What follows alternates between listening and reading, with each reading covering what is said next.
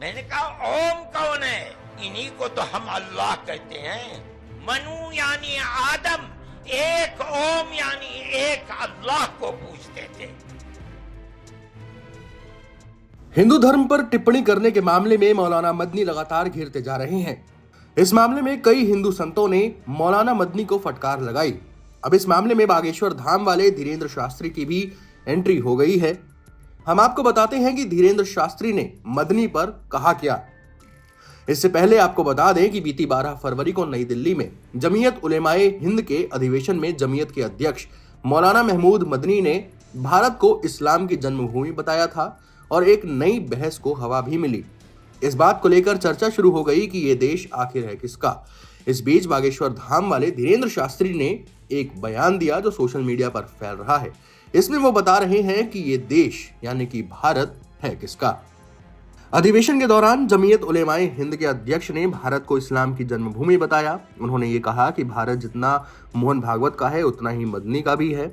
महमूद मदनी के बाद एक दूसरे मौलाना अरशद मदनी बोले तो वो और आगे निकल गए। उन्होंने हिंदुओं के पूर्वज को भी इस्लाम से जुड़ा बता डाला। अरशद मदनी ने कहा कि हिंदुओं के पूर्वज जिसे मनु कहा जाता है वो आदम ही थे और इस तरह हिंदुओं के पूर्वज भी इस्लाम से आते हैं। इस बयान का उसी मंच पर बैठे दूसरे धर्मगुरुओं ने विरोध कर दिया और वो सभी वहां से उठकर चले गए। जैन मुनि लोकेश ने तो उसी मंच से ये कह दिया कि इस बयान ने एकता के सम्मेलन पर पलीता लगा दिया।